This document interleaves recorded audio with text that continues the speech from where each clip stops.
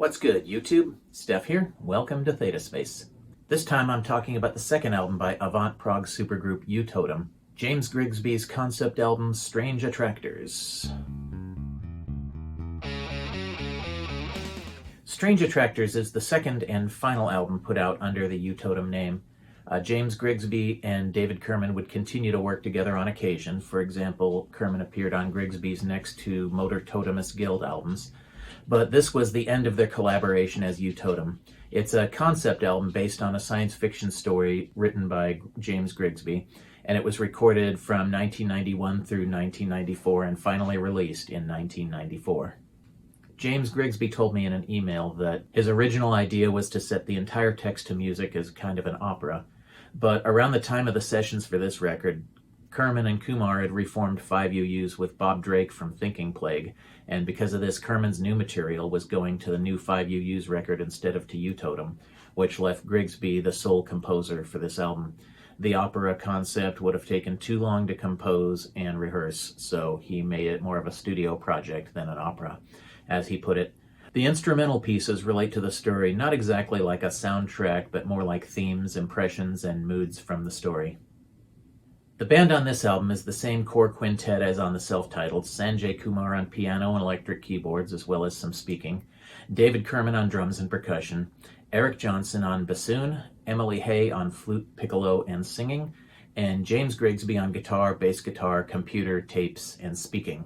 There's a sixth main member on this album, Steve Cade, on guitar, who Grigsby brought on when the album changed from an opera to a studio project. There are a few other personnel on certain tracks. Kaori Kubaniwa sings in Japanese on 2 tracks. Lynn Johnston from Motor Totemist Guild plays saxophones and clarinet on 3 tracks, and zurna on 1 more. A zurna is a trumpet-like instrument with a reed originating from Turkey. The rest of the people are on 1 track apiece with smaller roles like hi-hat or feedback or speaking.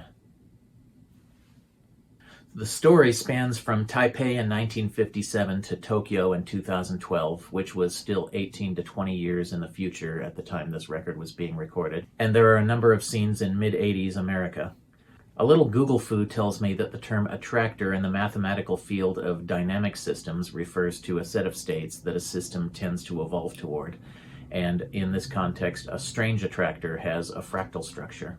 The spiral images in the album art are visual representations of mathematical strange attractors, and I'm not sure how this relates to the story, but I read a review years ago that suggested the title referred to how some people and objects keep on turning up in each other's lives over the course of the narrative. So the CD booklet has the 14 scenes or episodes of the story all out of chronological order, and the track sequence doesn't follow either the booklet order or the straight chronological, and also not every episode has a corresponding album track. I'll talk about the story itself in another video to keep this one from going too long. The album opens with No Mo Ippon, an energetic jazz fusion sort of tune representing characters drinking in a bar. And that's followed by Daikon Batake, which in the story is a VR experience of being a tiny person in a giant vegetable garden. This piece starts with a bassoon playing long notes in the mid-registers against very fast bursts of piano notes, like doodle-doodle-doodle-doop, doodle-doop, and the bassoon's going whoa, whoa, whoa. The flute joins in after not too much time. This soon gives way to a driving 16th note staccato. Both of these pieces are pretty short. No Mo Ippon is just under 3 minutes, and Daikon Batake is just over 2 minutes. The third track is Ginger Tea, and it's one of only 3 that uses the actual text of the story for its lyrics. It's 6 minutes of typical Grigsby start and stop and start again, disjunct melodic passages moving through a variety of moods, while Emily Hay sings about the main character Edison's encounter with a hooker named June the year before. Another June Sky is an instrumental 4.5 minutes of organ and synthesizer lead over a bassoon ostentato with bass and drums. This is the last part of the story, and there's a couple of different narrative threads happening in it. The best track on the album is next, Karucha Shoku. This one also has Emily Hay singing the text of the story, with Kaori Kubaniwa singing a short middle section in Japanese. This is a 17-bar pattern. I'll call it a verse from here on through. It starts with just piano, then in the second iteration or verse, the singing starts. More melodic lines come in and change instruments, like, for example, the line that Emily Hay sings in the second verse is played by the bassoon in the third, and after Kuboniwa finishes singing her part in the middle, the next verse, which is instrumental, has the piano playing the melody that Emily Hay will be singing in the next verse. The melodic lines just stack up and play simultaneously over each other. It's brilliant. I love it.